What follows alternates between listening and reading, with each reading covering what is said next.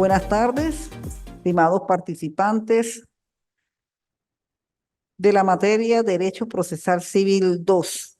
En la tarde de hoy, pues vamos a tocar los puntos relacionados con la sentencia, los recursos que se utilizan precisamente para la revisión de la misma y el poder cautelar, poder este que se utiliza para dictar lo que llaman las medidas preventivas que van a asegurar las resultas del juicio. Bien, al tocar el punto de la sentencia, pues prácticamente ya nos tenemos que ubicar en la principal actividad del órgano jurisdiccional, como lo es precisamente el de emitir, el de dictar la sentencia y de esta manera comenzar con la solución de los conflictos por el cual se produjo el proceso al introducir la demanda. Es decir, la sentencia va a ser la forma por el cual el juez va a resolver en función jurisdiccional la pretensión de la demanda. O sea, lo que se pidió en la demanda. Eso es lo que el juez va a resolver al dictar sentencia investido de jurisdicción. Si nos vamos a lo que tenemos en la lámina, bueno, previamente miramos que aparte de eso tenemos los requisitos y la clasificación. Lo que nos tenemos en la lámina está muy claro que el principal objetivo de la función jurisdiccional es administrar justicia, en la cual está destinada la creación por el juez de una norma jurídica individual y concreta, necesaria para determinar la significación jurídica de la conducta de los particulares. La sentencia no es otra cosa en su esencia, sino la norma jurídica individual concreta creada por el juez mediante el proceso para regular la conducta de las partes en el conflicto. Por ello, la sentencia se define mandato jurídico individual y concreto creado por el juez mediante el proceso en la cual se acoge o rechaza la pretensión que se hace valer en la demanda. Bueno, en términos más sencillos, pues sencillamente cuando se dicta una sentencia, lo hace el juez en función jurisdiccional, administra justicia y decide si esa pretensión introducida en la demanda tiene razón o no tiene razón el demandante. Sencillamente, eso es lo que es la sentencia. Y por ser una actividad jurisdiccional, ella tiene lo que son sus requisitos. Y esos requisitos son de carácter expreso. Las sentencias tienen que reunir esos requisitos. Así como cuando vimos la demanda en nuestro primer encuentro, tiene sus 9 requisitos y que hay que seguir esos 9 requisitos, como lo indica el 340, el 243 del mismo Código de Procedimiento Civil nos indica cómo el juez, en ejercicio de la función jurisdiccional, tiene que hacer la sentencia. La demanda, pues la hace la parte demandante, que en este caso, pues los abogados cuando representamos a la parte demandante. La sentencia ya la hace el juez. Bien, y dentro de este artículo 243, la sentencia tiene 3 partes, llamada narrativa, motiva y dispositiva. Esas partes se encuadran dentro de los siguientes numerales. La narrativa, los numerales 1, 2 y 3. La motiva, el numeral 4 y la dispositiva, el numeral 5 y 6. El 243, la indicación del tribunal que se pronuncia. Bueno, donde se llevó a cabo el proceso. Ese tribunal hay que indicarlo, si es de municipio o si es de primera instancia. Las partes y sus apoderados, naturalmente, así como cuando se demanda hay que identificar demandante y demandado, igualmente la sentencia, el juez va a indicar quién es demandante y su apoderado, quién es demandado y su apoderado.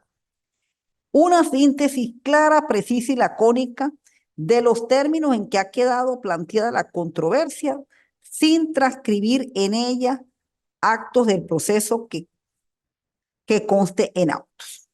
Este numeral tercero sencillamente es un extracto que se coloca de todas las actuaciones, pero aquellas donde es importante que se coloque a los fines de hacer la respectiva relación con el fin de que cuando se llegue al trabajo propiamente del juez, que es la motivación de la sentencia y el derecho que se discute, pues se fundamente en esa parte narrativa que tiene importancia de lo ocurrido en el proceso, pero aquello que de verdad tenga vinculación con la motivación del juez en sentenciar, porque por lo menos una actuación, por decir algo, expedición de una copia certificada que puede ocurrir en el expediente, unas cosas de eso, pues no se ha colocado, porque eso fue una actuación meramente de trámite que hubo en el expediente, porque se necesitaba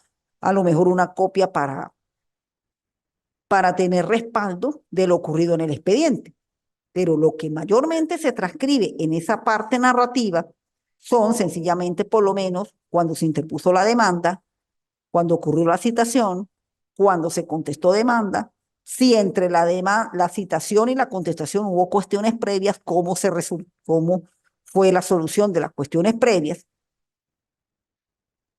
Ocurrida la contestación de la demanda, si no ocurrió ninguna reconvención, se salta a la actividad probatoria. Y dentro de la actividad probatoria, bueno, las pruebas que se promovieron y se evacuaron y cómo fue el resultado de esa promoción y de esa evacuación de la prueba. Eso es más que todo lo que se coloca. No meras actuaciones ahí que muchas veces pues eso no va a ser redundante ni va a ser significativo en el momento de hacer el juez la motivación de la sentencia. No, vamos al numeral 4, los motivos de hecho y de derecho de la decisión. Aquí es donde viene el trabajo propiamente jurídico y jurisdiccional del juez.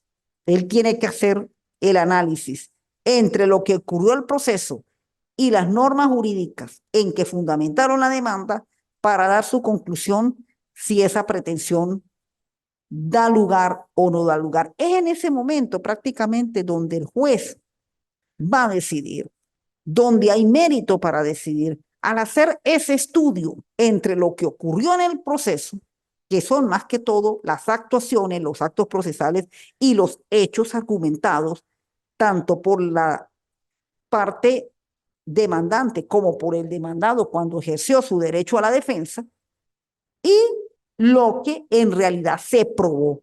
Hace un engranaje, alegatos y pruebas. Y al hacer ese engranaje entre alegatos y pruebas, es donde va a determinar si el demandante o el demandado probió sus alegatos, porque no solamente va a analizarlo el demandante, igualmente va a analizarlo el demandado. Entonces, ahí es donde viene esa motivación y en base al engranaje y al resultado es donde prácticamente va a tomar la decisión, porque nos vamos al numeral 5, decisión expresa, positiva y precisa con arreglo a la pretensión deducida y a las excepciones y defensas opuestas sin que en ningún momento pueda absolver de la instancia. Aquí va a operar mucho, además de lo que se argumentó el demandante y demandado, la forma como el juez utilizó el sistema de valoración de las pruebas. Entonces, aquí es donde vamos a tener esos tres momentos en la cual el juez determina la sentencia, totalmente con lugar, parcialmente con lugar o sin lugar, que son las tres formas en las cuales se dicta la sentencia. Y bueno, la determinación objeto sobre el cual recae la decisión. Bueno, si es un cumplimiento, si es una resolución sobre determinado bien, es un cobro de bolívares, es una disolución, es decir, precisamente lo que fue más que todo el objeto de la pretensión. Por ello es que, naturalmente, De acuerdo a esos requisitos vienen las tres partes: narrativa, motiva, dispositiva, en la cual del 1 al 3 narrativa, el 4 dispositiva, motiva, y 5 y 6 dispositiva. Bueno, la sentencia, de acuerdo a esa pretensión aducida, puede ser definitiva, puede ser interlocutoria. La definitiva es la que se dicta al final del proceso y por el cual se ha desarrollado todas las etapas del mismo, y se toma la sentencia que por lo general es la llamada sentencia en primera instancia.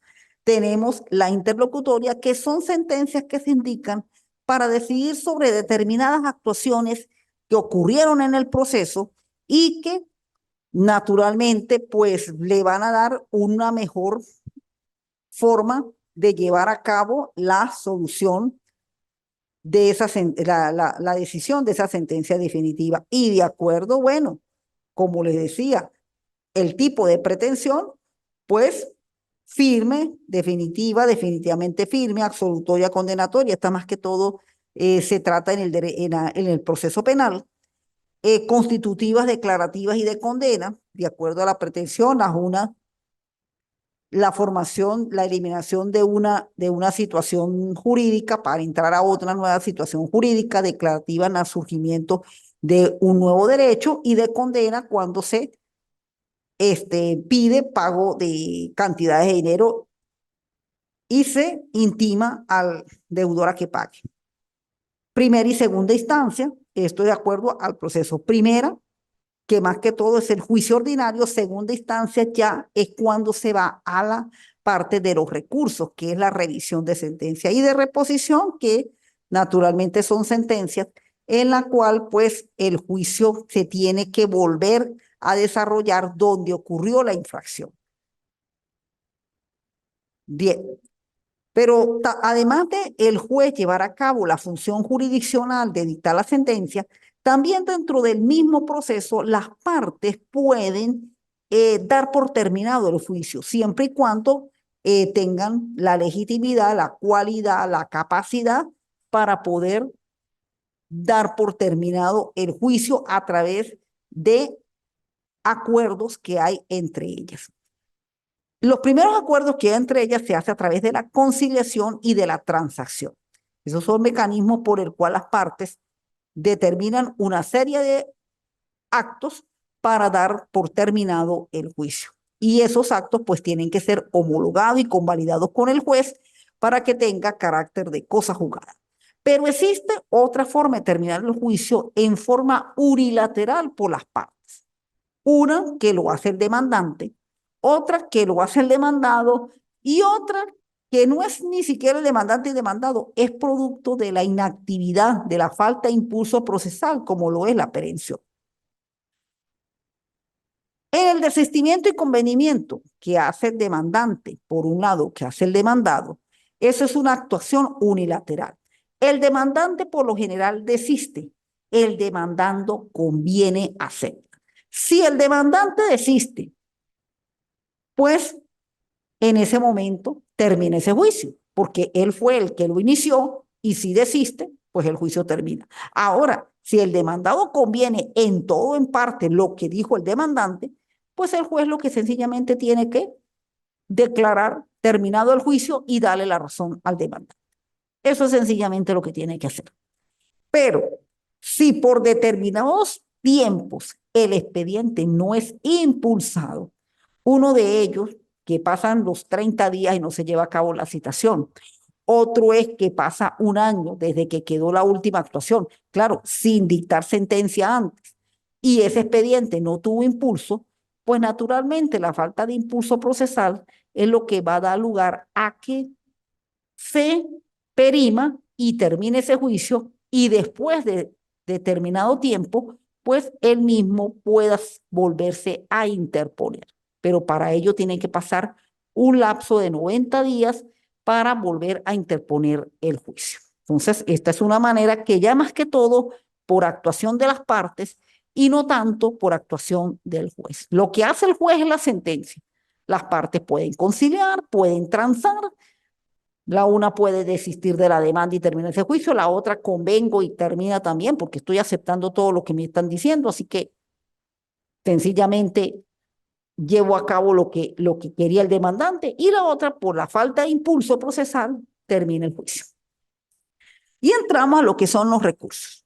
Los recursos son los mecanismos y precisamente aquí hay dos procedimientos. Cuando son ordinarios, el llamado procedimiento de segunda instancia, y cuando es extraordinario, pues tenemos el procedimiento especial de casación y de invalidación. Generalmente los recursos se utilizan es para hacer esa revisión cuando las sentencias pueden incurrir en nulidades. Y aparte del 243, el 244 indica cuándo esa sentencia puede ser nula. Una de ellas es donde hubo más de lo pedido y el juez lo sentenció. A lo mejor una deficiencia en la evacuación de las pruebas. De repente no decidió de una manera acorde a la pretensión. Es decir, hay una serie de reglas en que si la sentencia se anula, pues prácticamente se tiene que dictar una nueva sentencia. Para llegar a eso es que se utilizan los recursos, porque los recursos es el mecanismo que tiene la parte afectada en la sentencia a los fines de que la instancia superior haga la revisión de la misma. Por eso, cuando se sentencia en primera instancia, se acude al tribunal de segunda instancia a través de un procedimiento breve, casi breve, porque solamente se presentan informes y se dicta sentencia a los 60 días para dictar la nueva sentencia. Y está la parte de hecho de revocatoria, que es más que todo un reclamo cuando no se oye la apelación en ambos efectos o sencillamente no la oye. Entonces, ahí en ese momento, pues se interpone el recurso de hecho para que pueda ser oída la apelación y ser revisada por el superior. Esto en el caso de los recursos ordinarios, que generalmente sucede cuando la sentencia termina en primera instancia para ser revisada por el juzgado superior. Pero existen dos recursos que son llamados recursos extraordinarios, que tienen un carácter muy especial. Y explico un carácter muy especial porque esos son recursos que no se pueden interponer contra cualquier sentencia. La apelación, por lo general, sí. La apelación sí tiene esa particularidad que se interpone contra cualquier sentencia. En los recursos extraordinarios, no. En los recursos extraordinarios hay que tener ciertos requisitos para interponer. Bueno, ya por lo menos se eliminó uno, que era el de el abogado cuando acudía ante el TCJ. Si el Código de Procedimiento Civil tenía una disposición, ya por lo menos cuando venga la reforma del Código, pues ya no la va a tener, en la cual el abogado, pues, si tiene la facultad para residir, pues vaya a estudiar, aunque cuando se llega prácticamente al recurso de casación, pues casi que ha cumplido el tiempo que tenía el que indica el actual código de los 5 años. Pero había ese reto, porque el recurso de casación es un recurso de una técnica procedimental muy especial. Para interponer el recurso de casación, en realidad, hay que tener dogma jurídico, redacción, escritura, hasta la ortografía. Por eso es que tanto insisto en que cumplan con ciertas normas, por lo menos en cuanto a los ensayos, en cuanto a los informes, pues presentarlos, hacerlos en cuanto a las normas APA. ¿Por qué? Porque cuando se vayan a interponer estos recursos, por lo menos el de casación, y los mismos escritos, empezando por una demanda, hay que tener presentación para interponer esos escritos, porque esos escritos por lo general lo hacemos somos nosotros los abogados. La parte puede, como no, estar en el tribunal todos los días, si le permite, pero presentar un escrito, eso generalmente lo hacemos nosotros, y más la casación, que la casación es una técnica legislativa exclusiva. Es más, el 312, que es cuáles son las pretensiones y los asuntos por el cual se interpone en casación. Ahí no puede ir cualquier asunto. Ahí tiene que ir los asuntos, que el del numeral 1 al numeral 4, el 312 no los indica. Si no están ahí indicados, no se puede interponer casación. Nos indica la cuantía. La cuantía tiene que pasar de 15.000 unidades tributarias. Si no tiene las 15.000 unidades tributarias, no se puede interponer casación porque lo van a negar. ¿Ve? La forma como se tiene que presentar ese escrito. Ese escrito tiene que denunciarse dos aspectos, tanto la forma como el fondo, como lo indica el 313. ¿Ve? Defectos ocurridos en el proceso y defectos ocurridos en la aplicación de las normas jurídicas. Y los lapsos. Los lapsos son lapsos casi que de día calendario consecutivo. ¿Por qué? Se formaliza, se contesta la formalización y se hace una especie de observación que le hace uno tanto a la formalización como a la contestación de la formalización, que se llama las llamadas réplicas y contrarréplicas. Entonces, una vez que se cumple el proceso, pues viene lo que es la decisión en 60 días y con la reforma que hubo en el 2019, prácticamente la sentencia pronunciada en casación ya no tiene reenvío, es decir, lo que venga del TCJ, eso es lo que va a quedar firme. No va a ordenarle al juez que vuelva a decidir de nuevo, sino si la decisión fue en la cual el demandante gana el recurso, pues es lo que dijo el demandante. Si lo gana el demandado, lo que dijo el demandado, lo que probó y dijo el demandado. Y así sucesivamente. Y luego hay un recurso de invalidación que sí se interpone ante el tribunal que dictó la sentencia en primera instancia, donde precisamente por 6 argumentos específicos, 6 numerales específicos, se puede anular esa sentencia. Esa sentencia que en última instancia era hasta firme y ejecutable, porque una sentencia en la cual quedó firme, pues ya no, ya tenía hasta cosas juzgadas, tiene hasta cosas juzgadas.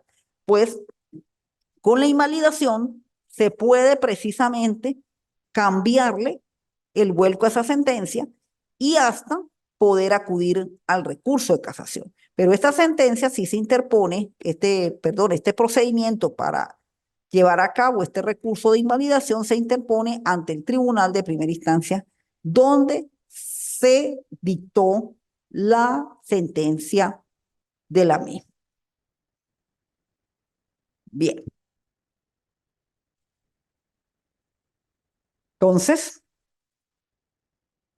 entramos a lo que se llama el poder cautelar o las famosas medidas preventivas. Estos son precisamente unos mecanismos que tienen incluso juicios especiales, juicios que se llevan a cabo dentro del mismo expediente y por lo general lo que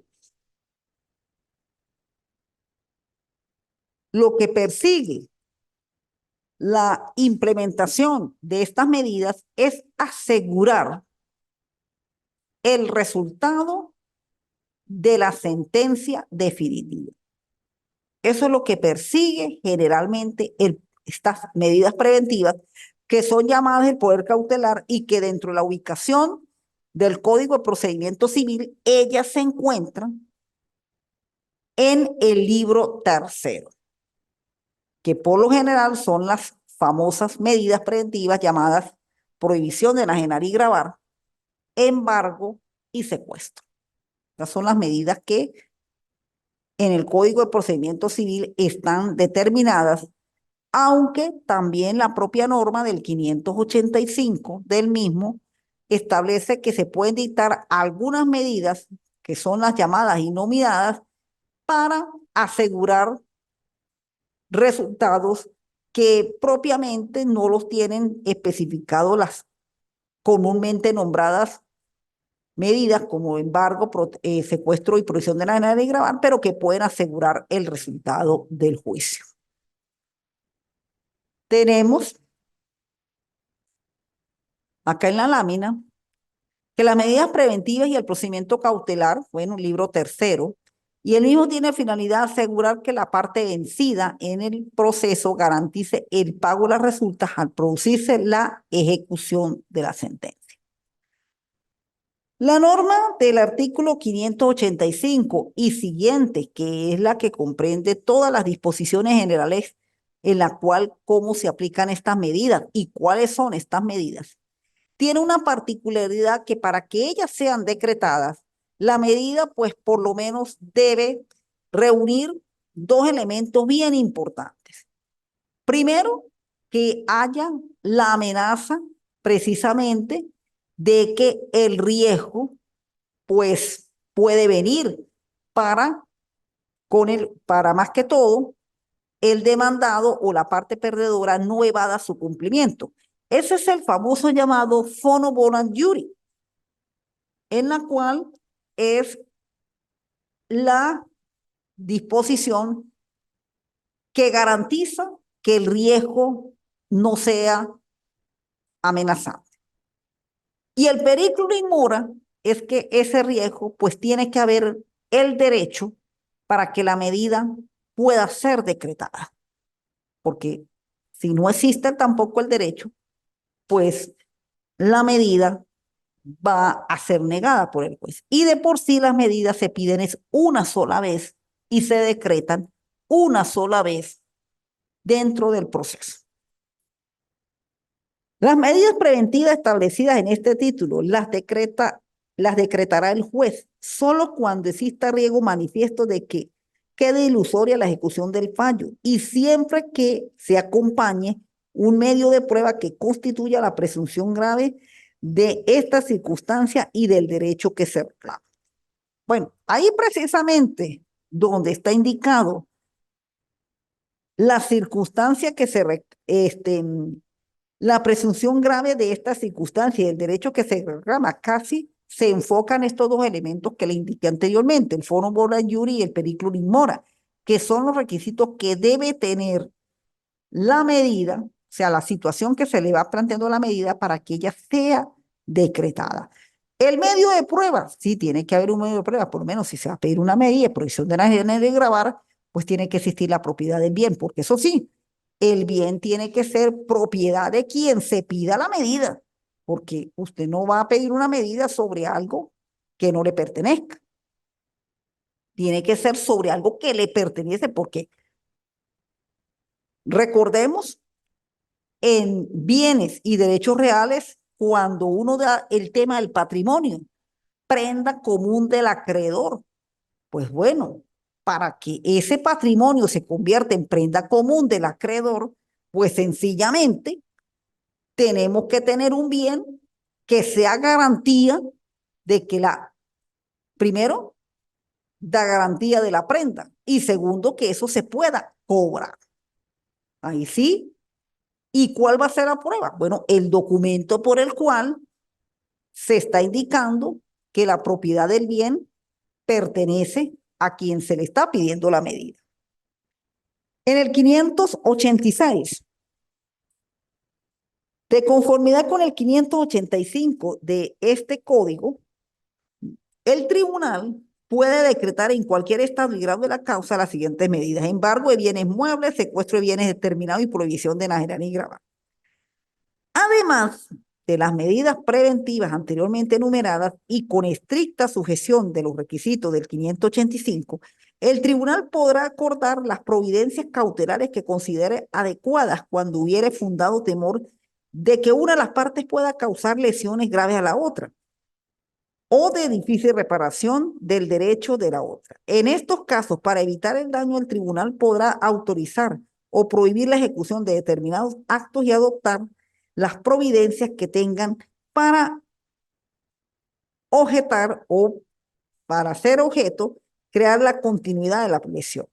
Luego tenemos cuando decreta las medidas y el procedimiento a llevar a cabo. Entonces, ¿qué es lo que sucede?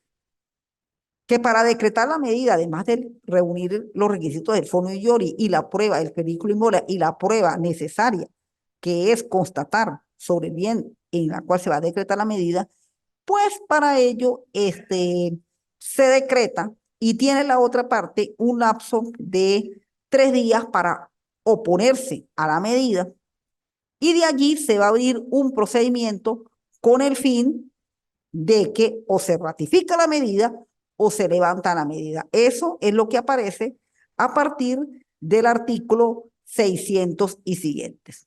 Ahora, ¿cuáles son las medidas? Bueno, aquí tenemos en la lámina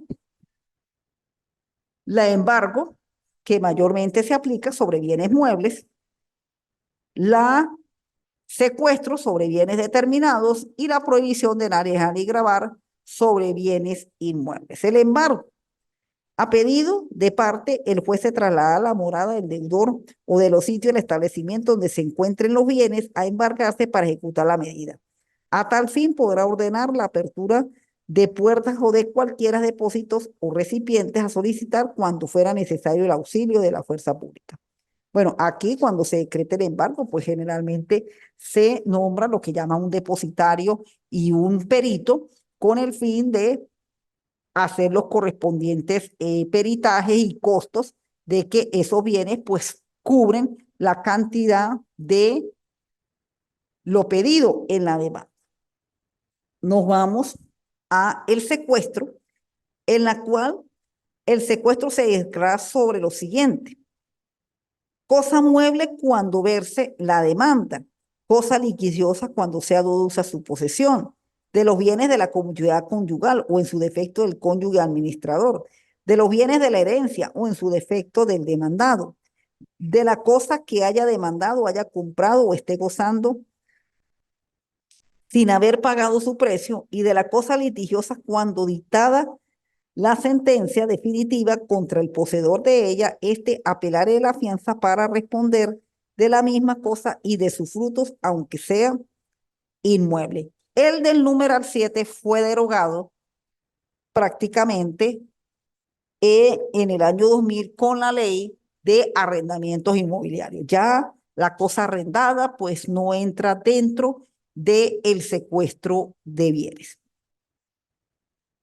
Y la prohibición de enajenar y gravar, acordada la prohibición de enajenar y gravar, el tribunal sin pérdida de tiempo oficiará al registrador del lugar donde estén situados el inmueble o los inmuebles para que no protocolice ningún documento en que de alguna manera se pretende enajenar o gravar, insertándolo de su oficio los datos sobre situación y linderos que constare en la petición. Es decir, aquí sencillamente cuando se decreta la medida de prohibición de enajenar y gravar, pues el tribunal oficia al correspondiente registro público inmobiliario donde se encuentra el bien a los fines de estampar la correspondiente nota marginal y afectar el bien en la cual ese bien pues está prohibido realizar operaciones registrales de ventas sobre el mismo hasta tanto la medida no cese o sea levantada. Y como les digo, esta medida, cuando ellas se decretan, tiene 3 días la parte afectada a oponerse a la misma y para ello se abre un procedimiento que es el establecido en el artículo 601 y siguientes a los fines de ratificar la medida o de levantarla. Y ahí tenemos 601 el conocimiento de la parte demandada sobre el decreto de la medida, hacer oposición y un lazo probatorio de 8 días. Sentencia que ratifica o levanta la medida y normativa complementaria sobre el juicio de medidas preventivas 64, 65 y 68.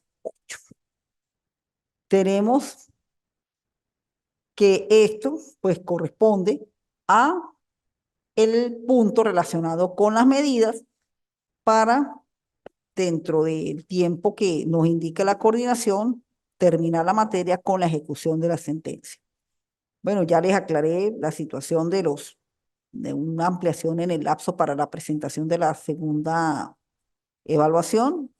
Quienes todavía pues no han presentado la presenten y pues ir preparando también la tercera evaluación. Bueno, de mi parte pues fue un placer pues haber estado en este segundo encuentro y nos veremos en la tercera oportunidad cuando sea indicada. Que tenga muy buenas tardes y hasta luego.